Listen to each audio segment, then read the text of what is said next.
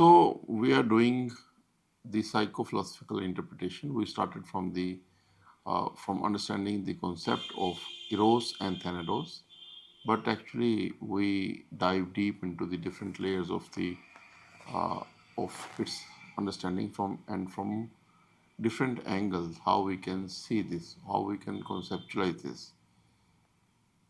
Now we will move further, and obviously we will discuss that in complete uh, depth as it is possible on this platform to understand what I promised in the previous video, and that was the concept of energy gates. So, when we were discussing the concept of Eros, we said that the more Eros flows through us, the more alive, the more lively we are. A grace flows in our being. We looks more confident. So there could be two types of confidence. One confidence is what influencers taught us. You have to sit like this, you have to do like this, you have to talk like this.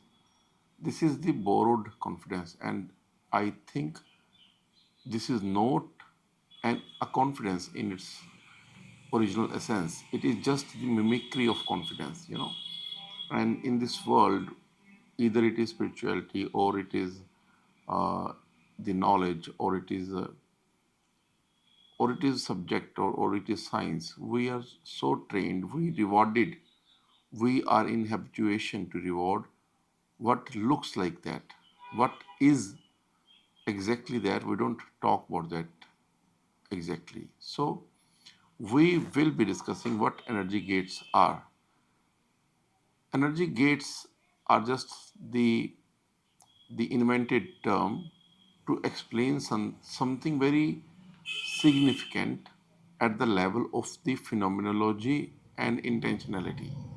So from that standpoint, we will explain what these energy gates are. So understand this system as a mechanism which is governed by our will also, but yes, it has its own adjusting capacities also. It adjusts itself by its own. This system manages itself by its own also. So when energy flows in me in a profound way, if I am already attuned well, if I am genuinely grown in my being, in my experiential, in terms of the experience to life, if I'm already grown in that extra eros which is flowing, and if not, if it is not correct to say the extra eros, we can say the full flux of eros which will be now flowing through me will create a blissfulness, will create a potentiality, will create something very positive, something very remarkable in this world. And that is the whole purpose of our being. But conversely, inversely, if we want to see this, if I have borrowed a character, if I am behaving like a thinker or philosopher, or I am behaving like someone which I am actually not from my being, the moment eros will flow through me, instead of feeling more alive, instead of going more deeper, that energy will now shake my position. So that extra energy destabilizes my ontological positioning.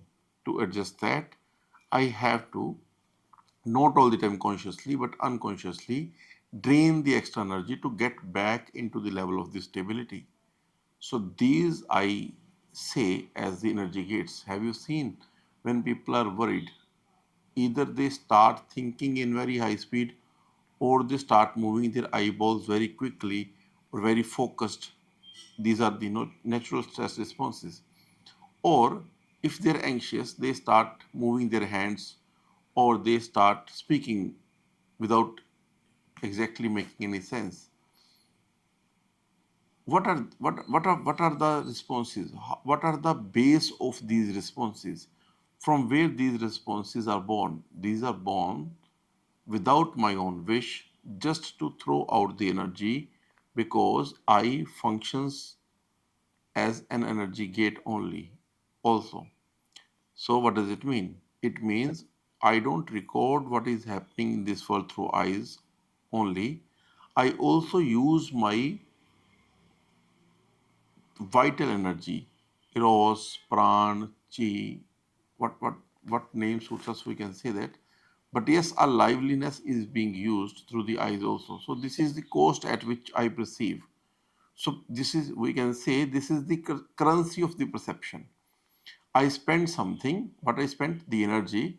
In return, I get back the reflection. So when the person is dead, when he's gone, he cannot perceive anything because the eye must be there, but there is no currency to buy anything from, to hear anything, from which level I am trying to explain it. And these, that at that level, these are also seen as the energy gates rather than only the perceptual equipments. Now, if we start thinking, because thinking is also a kind of how we perceive uh, the world, it is also a perceptual faculty. But when we don't necessarily want to perceive, but yes, we we keep thinking anything, and by this act, we we actually, what we do, we are spending that extra energy which was destabilizing me.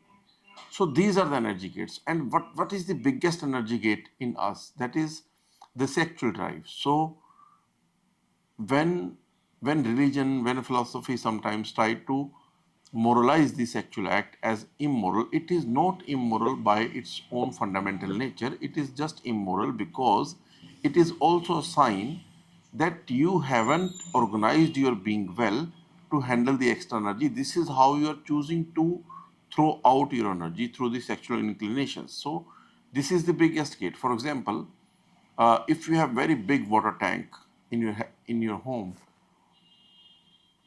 there could be many ways to throw out the extra pressure of the water from the tank. You can open the taps, you can open some small tap, or a small drain. But there is also a very broad hose pipe drain, and it is controlled by a big lever. The moment you open that big lever, it can drain the extra energy in 5 minutes, which by the means of tap could take 5 hours. So what? So these, all these gates are not equal. These gates are different. So the idea, what I'm trying to say is, the energy gates are not just the energy gates. They were secondarily used as energy gates when the life, the profoundness, the fulfillment rise in me, when the being is more alive in me. So what does it tell? It tell I am structurally incapable of getting enlightened. I am, by the structure, by the very design of my being, I am unable to do anything which is remarkable in my life, because my design gives a testament, my design gives a signal that whenever there will be energy, the rise in the energy, my energy gates will be opened by default, because I am not structurally capable to handle that extra energy. So when we, and that's what my system tries to do, it unconsciously tries to place some, I'm taking back to you to the episode first of this series. My being will try to put some big hurdles in the flow of the stream of the river, because my body, my being unconsciously know that if the water flows more in this stream, this being will be shaken. So the body is also preparing itself to throw the energy out through the gates, energy gates, which we discussed, and it is also trying to indirectly do something that closes my eyes, that that helps me to be stable by getting less light in the being. This is very converse relationship. So what is the duty on us? What this religion try to teach us, what all these systems try to teach us, they are just the things which help us to design ourselves, that whenever the energy comes to us, or our structure should be so structurally well organized, that when the energy flows to us, I touch my profoundness. That is the responsibility on every human being. So energy gates are, and one there is one more thing which we can just add, and then we can finish this video. The another thing which we want to add is it so that the situation in the outside world makes me sad, what we think, or I am sad enough at the first place without any reason, and now my perception is designed to find the reason for that sadness. Both orientations could be justified, factually verified. Why I'm saying this? I had an observation that I have seen this with patients also, that when they are sad, and you must have observed this, when we are sad, what we do, we we even, let's say you are sad enough today, and I said, forget it, let's dance, let's have some music, let's do this, or I make some kind of joke with you. If you are really very sad, and if you're just sad a few minutes earlier, you will try to avoid this situation. You will say that I'm not ready for this joke. I'm in bad mood. Don't talk to me with like this. At least right now. Why I do so? Because the decision has already been made to be in the situation of this sadness. Now my behavior is just making sure that I must remain in that saddened situation. Otherwise, in terms of life, in terms of the fulfillment of life, what should be? If I'm sad, my natural compensatory reaction should be to find every reason possible which can make me pleased, which can make me happy. But when we observe human not never do this. They make themselves stay in that situation as long as they can hold that sorrowness, sadness, until that energy is exploited. So, what they are doing? Happiness increases the energy in the system, and negative emotion of any kind, anger, sadness, drains energy out of our system. So, when we are being saddened, we are not actually being saddened, we are actually also utilizing the energy which could be potentially used in my being to make this being greater. Isn't it a curse? It is such a big curse that whenever the possibility will arise in you that you can grow a little bit more, you will be saddened. You will you will start criticizing someone, you will feel sad, you will start overthinking, and you think you are doing this. No, there is a structure fallacy. Your body, your being is not ready to handle that profoundness. So that makes us to think what in Indian system we were trying to do before we touch enlightenment, before we touch wisdom. We prepare this system firstly by the subtle disciplines of the mind. We call it yama in the yogic culture, yam, niyam, asan. These are the things. And before the pratyahar, before the senses are turned in the reverse direction. I have made a video in Hindi, very detailed work on Patanjali Yoga Darshan. So I don't want to refer that again. You can visit that. But what I'm trying to say, before we make the senses inward, for example, we hold the eyes, which is the energy which is being thrown out from the eyes. We try to close the eyes and preserve that energy. We try to shut the ears cognitively to hold the energy. We don't try to deliberately listen what is outside. That's the second form how we preserve our energy. We don't speak. So this is also the third gate which we closed. That energy should not go out. In all the activities that we are doing, we are actually preserving our energy to get profound. And the moment the profoundness touches someone, he is shivering because the system is not designed before the energy was increased. So that's the fear of every new thinker, every new listener, every disciple. Even you read Buddhism, you have always seen the disciple which shaken by the idea of the truth. Even when you read Bhagavad Gita, there come many times Arjun was shaken by by the wisdom of the Krishna. It was not necessarily by the words of the Krishna, but more importantly by the light which was carried, which was traveling from Krishna to Arjun through that communication. So that profoundness, Arjun was not ready, and he threw his bow away.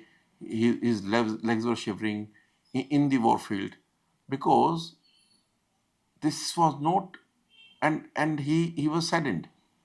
And the moment the Arjun was saddened, Krishna get the message that he is not ready to fight, because your mood decides will you win the fight or not. What does it say? How your being is profound, how you are connected to yourself, how happy you are. So this is the concept that I actually discuss this idea in my book Gyan Vallabh, but in that book it is not discussed in that depth, and it naturally aligns with the inquiry that we are discussing here. So I discuss that. But it is not a concept, it is a phenomena, it is an adjustment of the being with the outer environment. Ask yourself how many times it happened that you have the ability to ask yourself back that the sadness appears first or the reason. Most of the time, the sadness appears first, and then the faculty of the mind goes out to find reason for that also. I don't think there could be bigger slavery than this, in which you can't handle happiness, can't handle profoundness. You are already slave. The moment you design your inner discipline, the moment you are capable to hold the big form of the big leaps of the energy will come from any source. And that's I most of the time I try to help someone understand by the example that in the Indian culture we say that you are patra of this thing. You know, patra means, in English they want to say communicate that you deserve that, है ना? But आप बधाई के पात्र हो, this is what we say in Hindi, कि you are entitled, you are eligible, you are well deserved candidate for this, for this congratulation in any form. But patra means vessel. It also tells us that when we become a vessel, profoundness has to enter in us. So what's the problem with us? We are carrying spoons in our hand, and our desires are like sea. So my question is how a spoon can carry sea in it. So two things has to be done. Spoon has to be increased and the desire of sea has to be reduced. The only way to fulfill this desire is throw the spoon away and jump into the sea, disperse in it. Thank you.